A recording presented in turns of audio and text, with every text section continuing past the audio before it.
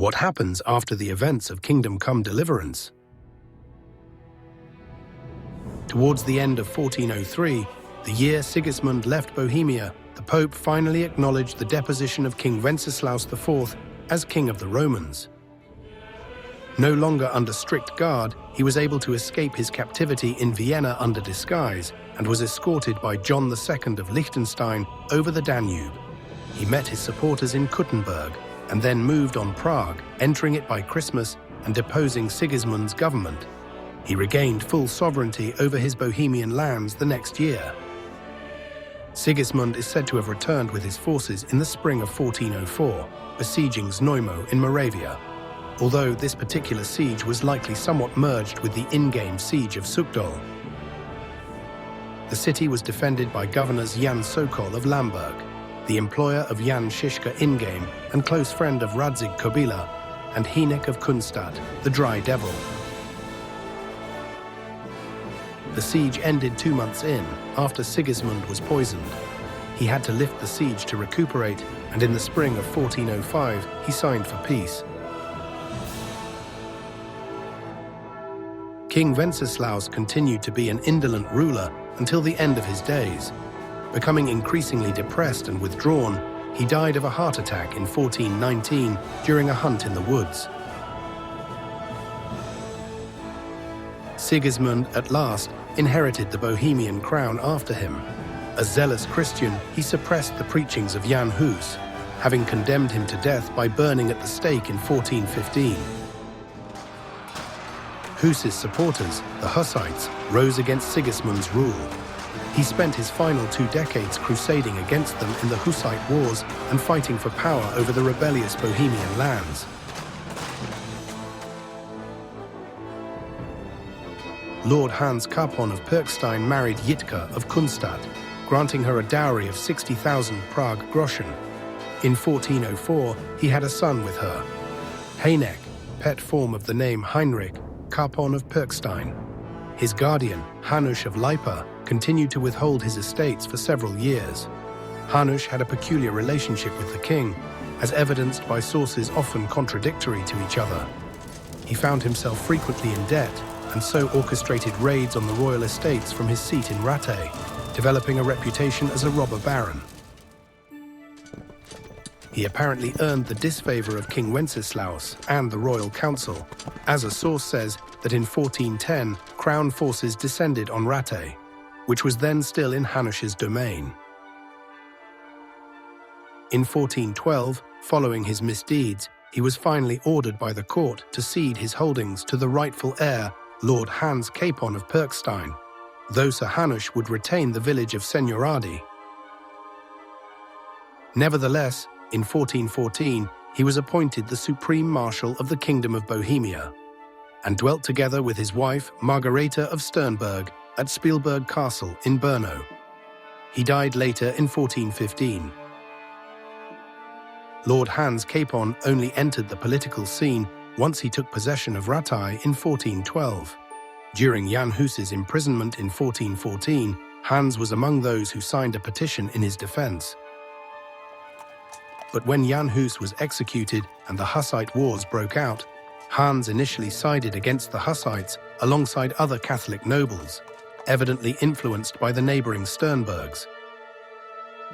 He followed the command of Peter of Sternberg against the Hussites, taking part in minor battles and in the 1419 Battle of Dziwożce. Shortly after that, he signed a declaration of his support for the Hussites, and there is no further mention of his participation in the war. He is presumed to have died that same year of 1419. His son and heir, Hynek Capon of Pirkstein, inherited his estates in 1420. Later, Hynek Capon would achieve high office in the Kingdom of Bohemia, becoming royal Hofmeister and Mince Master. Sir Radzig Kobyla continued to serve as the royal hetman of Wenceslaus. He, along others in the king's retinue, waged a guerrilla campaign against the Rosenbergs, who still opposed Wenceslaus. At some point, Sir Radzig Kobyla got married to a woman called Anna of Libici, and sired legitimate children with her. He also founded a new castle called Veselé, near present-day Chokorady. In 1410, King Wenceslaus appointed him Burgrave of Vyšehrad, a historic castle in Prague that was once the royal seat of the first king of Bohemia, just over 3 kilometers southeast of Prague Castle. That same year, the king tasked Kobyla to seize property of the archbishop to reimburse scholars for burned books written by the reformer John Wycliffe, which made the Catholic clergy hate him. Radzig Kobyla supported Jan Hus. In 1416, he was sent to Kuttenberg to collect taxes for the king, when a mob of miners fueled by anti-Hussite fervor and local preachers stormed him at an inn. Sir Radzig Kobyla, along with 12 of his associates, was murdered on the 2nd of February 1416. Their bodies were cut into pieces and then stomped on the streets outside. His castles and estates were left to his widow, Anna of Ulebik. His underage children were left under the guardianship of 2 knights, who were the wardens of his estate, both named Nicholas. Sir Divish of Talmberg served as Burgrave of Prague Castle and soon moved his seat there. When Talmberg Castle was repaired, he gave it to his wife, Lady Stephanie. He returned there in 1414. He sired 3 sons, Ulrich, William and Nicholas, and died in 1415. Uldrich governed his estate and bought Yankov Castle from Jan Jankowski. The House of Talmberg lived there from 1418 onwards. And as for Henry of Skalitz, well, likely after helping Hans Capon settle into married life and being in the service of Sir Radzig Kobyla for a while, his choices are up to interpretation. Maybe he continued an adventurous life, or he lived comfortably with the money from Przemysławiec and lived as its bailiff. Maybe he settled down with a family, started a business, or rebuilt Skalitz.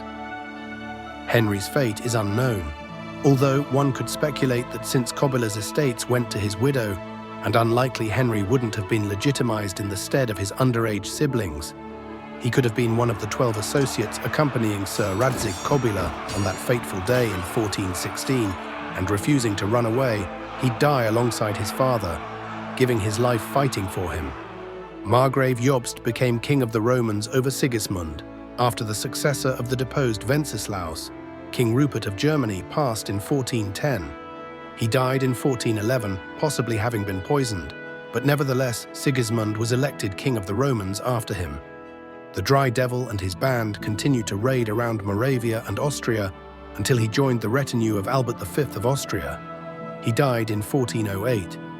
Jan Žižka worked as a mercenary in the Polish-Lithuanian-Teutonic War and then campaigned against the Rosenbergs as King Wenceslaus's courtier. He would become a prominent leader, fighting against Sigismund during the Hussite Wars. King Sigismund of Luxembourg died falling from his horse in Znojmo soon after the signing of the Compacts, a set of agreements with the reformers guaranteeing freedom of religious belief to every inhabitant of the lands of Bohemia and Moravia. The lands of the Bohemian crown continued to be ravaged by war for the better half of the 15th century.